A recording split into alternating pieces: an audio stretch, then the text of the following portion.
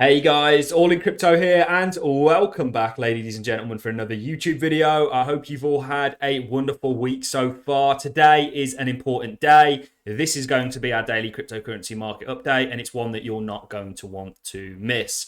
Today, of course, is when the US is releasing their data on the CPI, the Consumer Price Index, which is what they use to really monitor inflation. They use a number of things, but this is sort of the main one.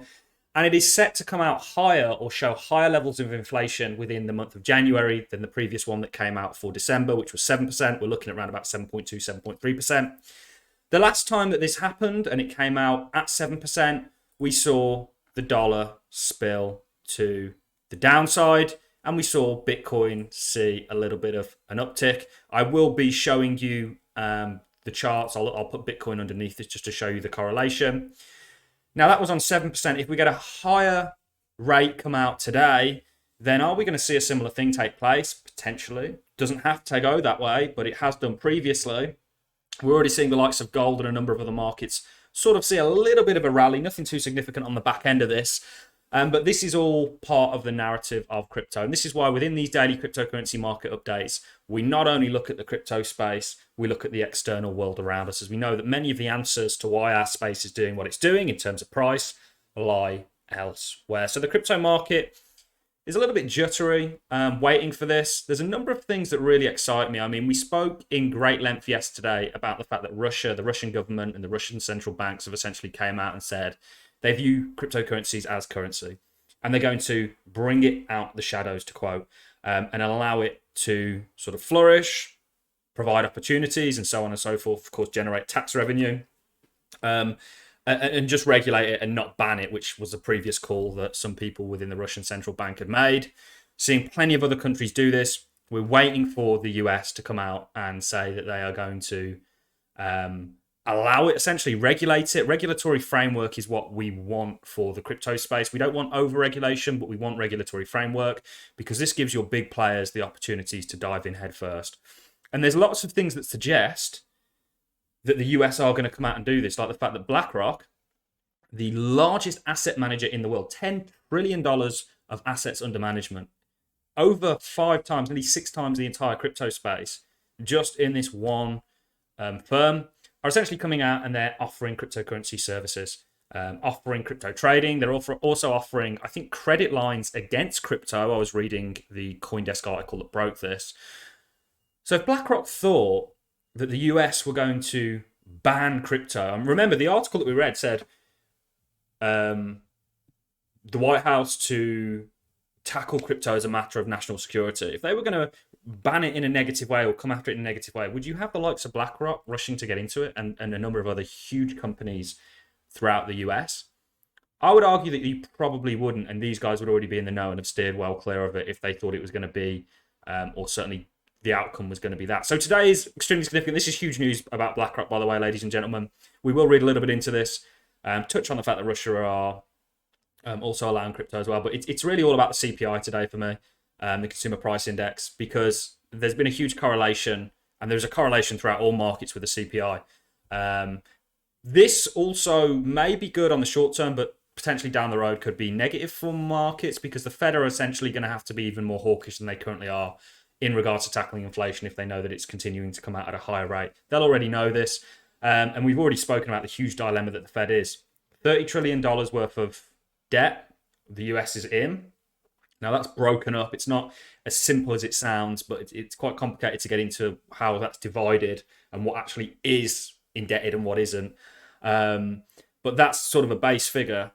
The Fed have got a choice between a recession, upping rates, causing an economic slowdown in a time when things are already slowing down. Not only that, we're seeing extremely high prices, or to continue to inflate. Now, I reckon they're going to continue to inflate. They might up interest rates a little bit, but it's going to be nothing significant to tackle inflation. They just can't simply do it at this point, I don't think, without a huge deflationary event, which can be many things, but that's a lot of speculation to be going into. So let's take a look at Bitcoin. Bitcoin is at this kind of critical point right now. And I said, if you get above that 42K range, which was significant, I mean, you can see how many points of contact you've had with this sort of 42K range. You have not only got above it, but I wouldn't actually mind seeing you come down, retest it, and then continuation. That would be something that I'd want to see. But the fact that you've not only gotten above this range, you've actually broken above it and are staying above it, is a good sign as far as I'm concerned, ladies and gentlemen. I think that next little push could be the CPI. We're going to jump into the dollar against Bitcoin to show you that, there is a huge correlation, or there certainly was. High CPI came out here, which is why you saw this spill for the dollar, and you saw Bitcoin seeing uptick in a number of other assets. So that's why today is so important, because of this data. Of course, the rest of the cryptocurrency market is just following suit. Still quite a bit of indecision, and you can tell that just by the amount of stablecoins sat on cryptocurrency exchanges. Exchange stablecoin reserves hit 27 billion as Bitcoin rises towards 50K fair value. So you have $27 billion worth of stablecoins sat on exchanges. You would need a couple of billion of that to increase the cryptocurrency space significantly. Markets, when people look at the overall market cap, they go, okay, there's $1.7 trillion in the crypto space. You could never ever pull 1.7. You'd be lucky to pull $500 billion out of the crypto space. So there's still a huge amount of education that needs to go into understanding markets. Lots of people are new, and this is their first kind of lingo or tangle with markets as a whole. So there's still a lot of education that needs to be done on that side. But I'm rambling on now, guys.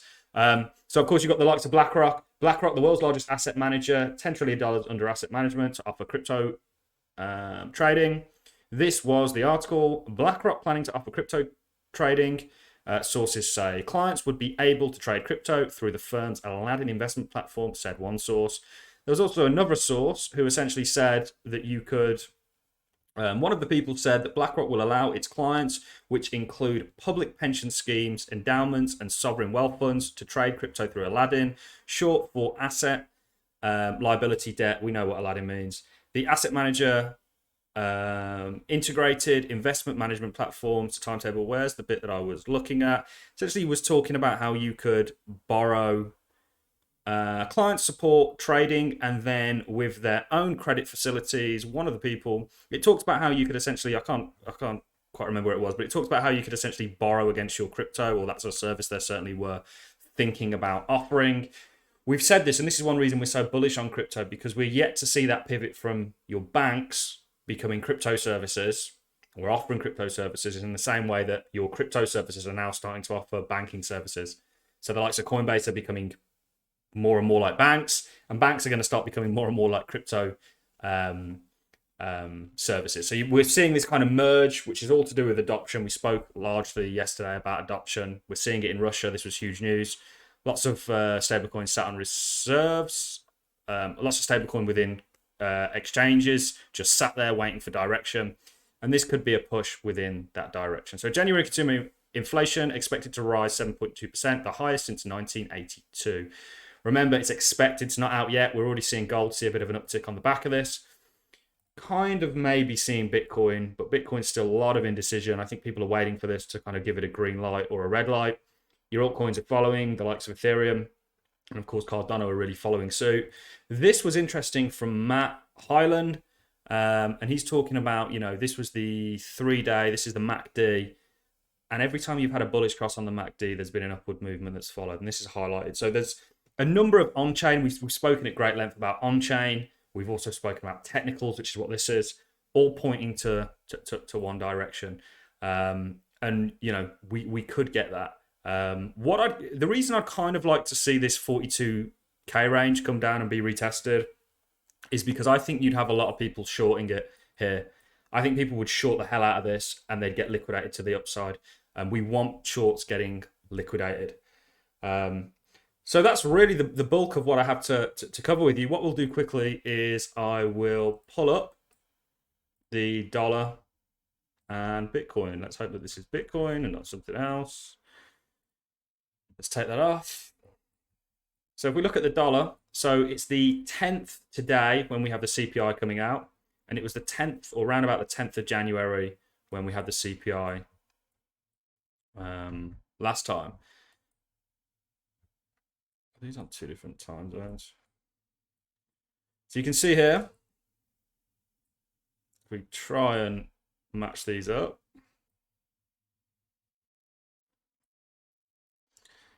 CPI came out, high inflation. You see a spill to the downside for the dollar. You can see that clearly here.